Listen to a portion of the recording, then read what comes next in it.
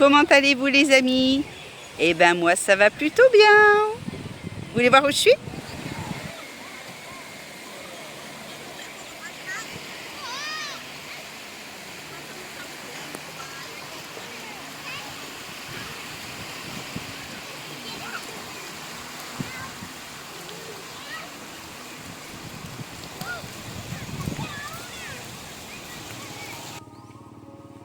Le village de Nessat a été fondé par le propriétaire de ce restaurant et lodge qui s'appelle Sami et qui est suédois.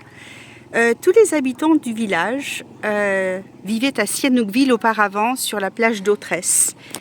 Et comme vous devez le savoir, à mon avis, depuis le temps que je vous parle de Sihanoukville et des Chinois, ça a été envahi par les Chinois et pas les meilleurs. Il y a eu des casinos, il y a eu des centres d'appel où il y a eu beaucoup de problèmes.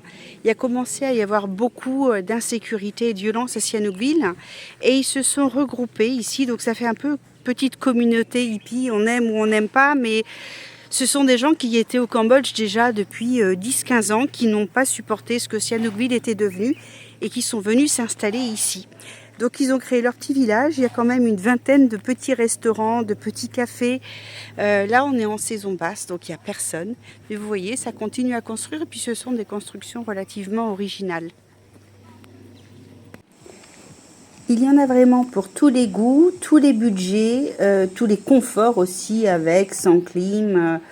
Vous n'avez que l'embarras du choix. Vous pourrez trouver le site. Vous pourrez trouver sur le site de Nessat Village, que je vais vous marquer dans le descriptif, tous les renseignements pour hébergement, café, restaurant. Et ils ont également une page Facebook que je vous marquerai.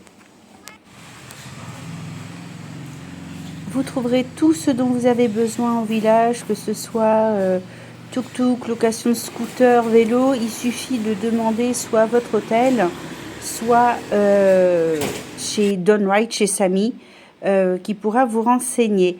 N'hésitez pas à les contacter en avance si vous voulez plus de renseignements. Ils sont tous très charmants et très accueillants. En allant vers la mangrove, vous passerez par toutes ces plantations d'Helvéa, donc qui servent à faire le caoutchouc. Je ne sais plus quelle grande enseigne a des usines au Cambodge, si c'est Michelin, Dunlop, je ne suis pas sûre.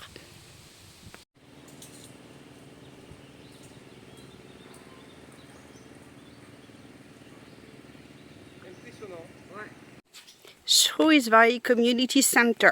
Alors c'est un centre de protection de mangroves, donc ils en replantent régulièrement avec les gens du coin et aussi des bénévoles, expats ou touristes qui veulent participer. Et là on est arrivé au bout. C'est calme.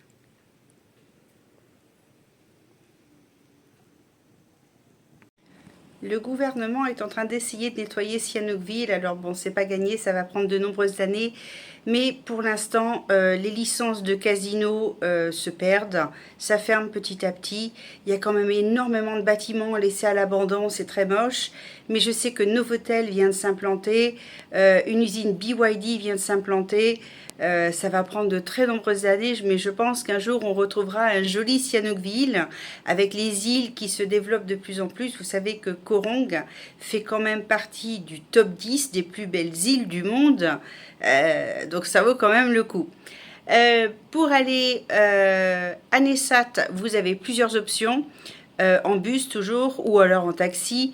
Nous, on est allé de Phnom Penh à Nessat, ça nous a pris à peu près 4h30, 5h, parce qu'il y avait beaucoup de circulation à Phnom Penh.